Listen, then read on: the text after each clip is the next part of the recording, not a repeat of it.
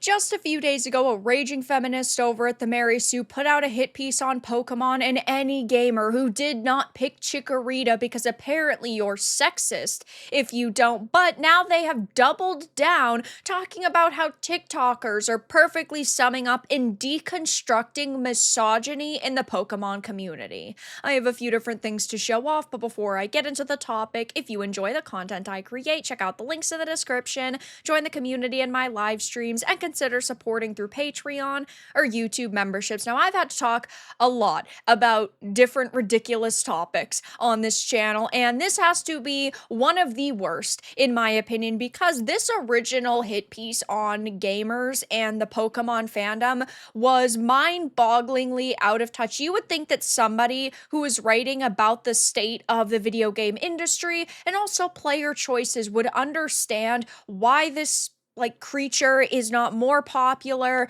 and why it shouldn't matter which one people choose, because at the end of the day, Chikorita is not some a female icon in the Pokemon world, but of course they want to push a narrative that there's just a lot of sexism within this fandom, and they put out this very long piece basically just attacking everybody. I did another video on it and it will be linked down below in case you want my in-depth analysis on this, but this was the most ridiculous part of the article since it was introduced back in the Gen 2 titles Gold and Silver and became a member of Ash's team in the anime. Chikorita and her iconic leaf ponytail have been the subjects of criticism and bad faith debates held to the same double standards as the girls and LGBTQIA+ fans who have stuck by her side all these years. First of all, Chikorita does not have a higher percentage of being a female versus a male.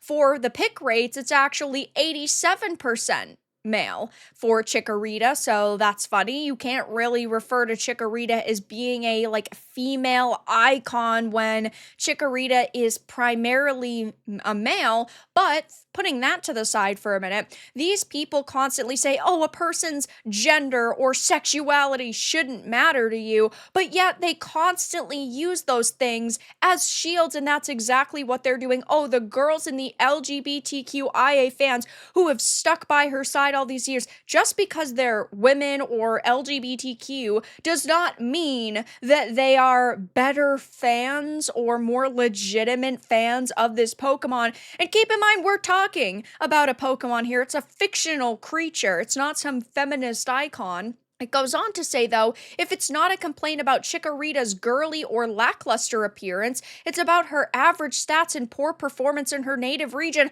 Maybe that's why people don't pick Chikorita most of the time. Maybe that's why people don't love Chikorita, because it's a shitty Pokemon. It's really just as simple as that. It's not because we're terrible people. But then they also go on to say singling out Chikorita and bashing its stats feels needlessly hateful and honestly pretty sexist and homophobic, which is just insane to say because somebody is criticizing a fake creature. But this feminist, Olivia Rolls, actually decided to double down on this by putting out a piece titled TikToker perfectly sums up and deconstructs misogyny in the Pokemon community. Now, I will say this, every single community on the face of this earth has bad apples. There are always going to be bad apples in every bunch, but it's not fair to attack an entire community based on a few people that might be in it that might just be genuinely annoying or rude individuals.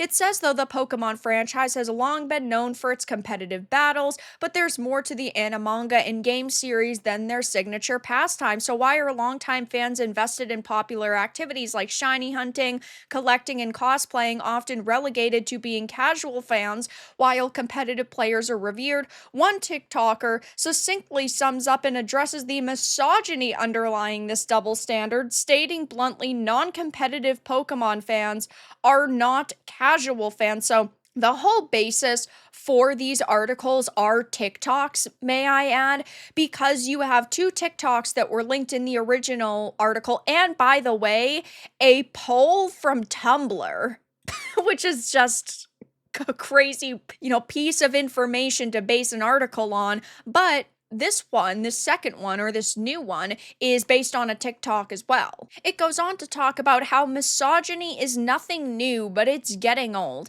I've played Pokemon since childhood, with Crystal being the first game I really got into. I played Red, Blue, and Yellow, but the second gen's third entry allowed me to place myself in the game in a way that its predecessors didn't, thanks to the video game series' first female protagonist, Chris, at 7 years old. Like Margot Robbie's Barbie, I was shocked to discover this feminist milestone didn't guarantee acceptance or respect from male players. In fact, we hadn't even graduated from a feminism 101. So, just talking about their personal time within, the Pokemon fandom and being a Pokemon.